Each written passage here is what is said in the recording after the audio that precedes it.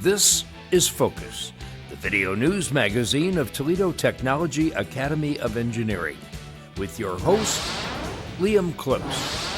Juniors and seniors in the Alternative Energy Channel got a very chilly boat ride, but a real educational experience at an island laboratory. Set sail with the students in the Alternative Energy Channel for an adventure on Lake Erie and a day at Stone Labs. I'm Kenny Sattler, and for one day it was Anchors Aweigh. As a salute to our veterans, two TTA clubs hosted a special luncheon to say, "Thanks for your service." I'm Ray Friedel. As a salute to our veterans, the second annual Veterans Day Luncheon brought members from all branches of the military to TTA. It was our turn to honor our heroes. And it's that time of year again when TTA students let loose and celebrate Halloween. This year, there was a new venue with a new twist. Roller skating, laser tag, sky maze, pizza, drinks, and costumes. What could make for a better Halloween party? I'm Andrew Cook at the TTA Halloween party, and it was fun at Funagins. Those stories and, speaking of Halloween, students made their annual trek to our neighbor McKinley for our trunk or treat for the little ones. And to celebrate the end of the first quarter, it was our first activity day of the year.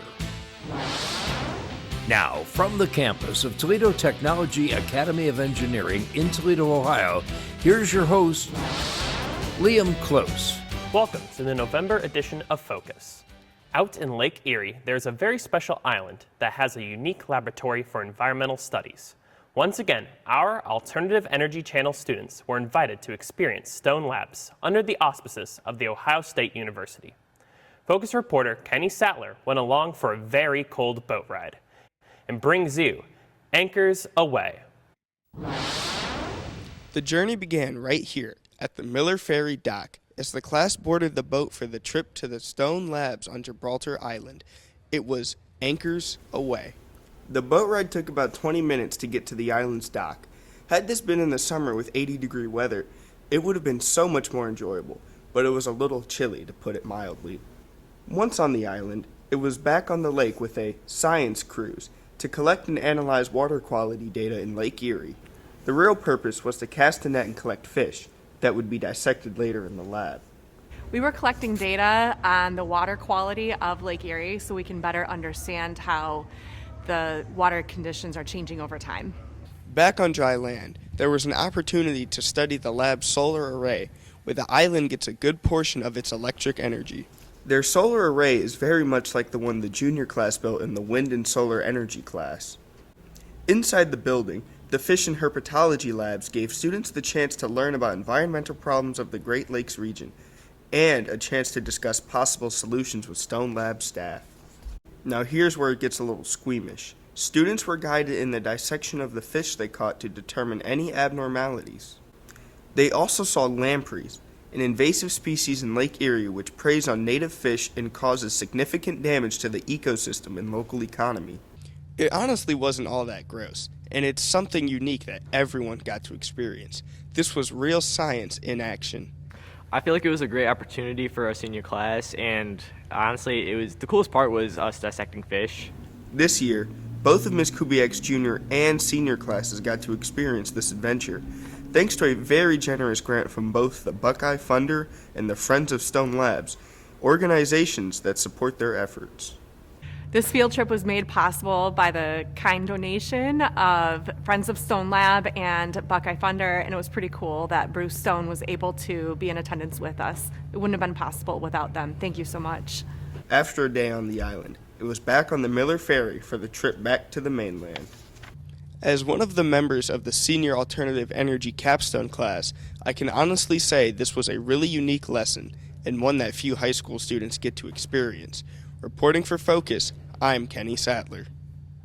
At the end of the first quarter, TTA held its first activity day. Students were treated to an afternoon of fun with a variety of activities, and students could choose what they wanted to do. There were movies in several rooms, dodgeball in the gym, that's always a favorite, dancing in the Spanish room, arts and crafts, all sorts of games with the Gamers Guild, video games for seniors, and even a quiet room where students could just unwind and relax. The Smarts Club once again traveled from room to room with a cart of snacks and drinks for sale. This was the culmination of several weeks of penny wars, where students voted with their pocketbooks to elect a faculty member to get a cream pie in the face. The winner, so to speak, was Dr. Hibbets, and students gathered in the cafeteria to watch the somewhat messy event, and Rosalie Dyer had the honor of wielding the pie. To his credit, Dr. Hibbets took it all in stride. He was a good sport, although he said he could taste whipped cream for hours afterwards. What do you say to someone who has served our country? Thank you for your service is customary. 2 TTA clubs did it in a big way. Veterans Day is Tuesday, November 11th, and prior to that, TTA hosted a special Veterans Day luncheon in the TTA library. Focus reporter Ray Friedel has the story as we honor our heroes. It was a great turnout for the second annual Veterans Day luncheon. Our students invited veterans to share a meal and to honor their service. Well over 50 veterans were our guests.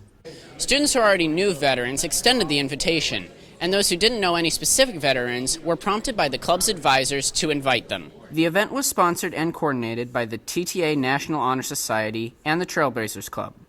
Members worked the room, greeting guests and making the vets feel special.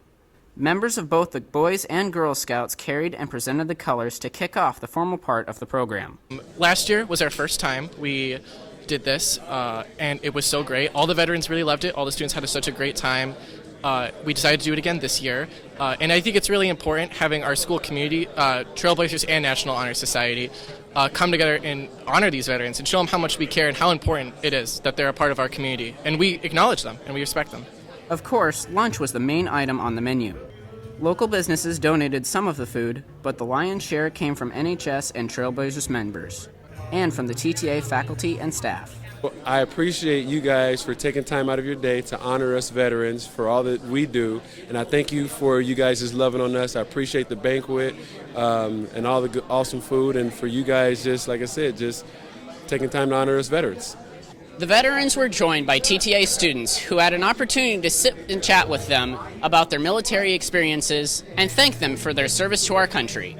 I'm still in with the Air National Guard, so I like to talk about that with the students as well and just kind of tell them like my experiences and maybe steer them in that direction if they're so inclined. Chris Kubiak, the president of the Lucas County Veterans Association, was the guest speaker, and Ethan Watts, a reporter for 13 ABC News and also a veteran, was the keynote speaker. I thought it was extremely exciting, extremely impactful to see students, reciting poems, giving speeches, introducing veterans, taking time out of their day to welcome veterans, to welcome families, current service members to come together and recognize these people for the sacrifices that they made and the oath that they took. As a bonus this year, there was a raffle of door prizes for the veterans to further honor them for their service. By all accounts, the veterans and the students had a great time sharing a meal and recognizing those who have given their all for our country. Reporting for Focus, I'm Ray Friedel. Halloween was Friday, October 31st. But before that, members of the National Honor Society and the Trailblazers made the trek across the drive to McKinley Elementary for the annual Trunk or Treat. They decorated their cars, set up in the drive, and handed out treats to the McKinley students. Speaking of Halloween, it was time for our annual Halloween party. For a number of years, the party was held off-site at the Field of Dreams Drive-In. Last year, the venue was back at school, and the turnout was a little disappointing. So this year, it was back to an off-site location, and the students loved it. Focus reporter Andrew Cook has the story of Fun at Funagins.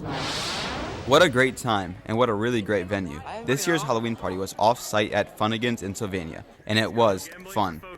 Included in the $20 ticket price was bus transportation to and from the event.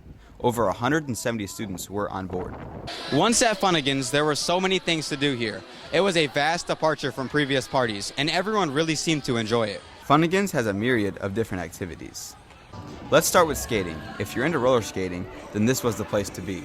There was a great roller rink, and a number of partygoers took advantage of it. For those who are really competitive, laser tag was a big hit. The sky maze was amazing.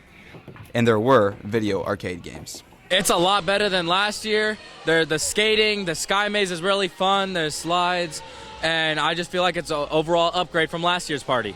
What would a party be like without the food? The price of admission also included pizza and soft drinks. The event is sponsored by the TTA Student Council and is one of their major happenings. It took a lot of pre-planning and coordination to pull this off. I would say last year, the main reason that it didn't work as well is because, we're in a school area, and just getting away from the school area with friends may not be available for all students. So it's a lot better for us to go to a place like Funagins that's actually, not in school. A lot of different things to do, skating, laser tag. It's just a lot more fun for the students. Although costumes were optional, every year students get into the spirit of the party with some very unique and creative costumes. It's definitely very fun. The skating is really fun. Definitely very difficult, though. This is my first time in like 5 years. I've only been laser tag once, but it was definitely very interesting. Like all good things, the evening had to come to an end, and students returned to school. But this has to go down as one of the best Halloween parties in recent years. Reporting for Focus at Funagins, I'm Andrew Cook. Well, that's all for this edition of Focus. We're off for the week of Thanksgiving, but we'll be back in December with a whole new show. If you're watching on YouTube, please give us a like and subscribe to our channel. Until next time, I'm Liam Close. On behalf of the entire Focus News team, thanks for watching and have a happy Thanksgiving.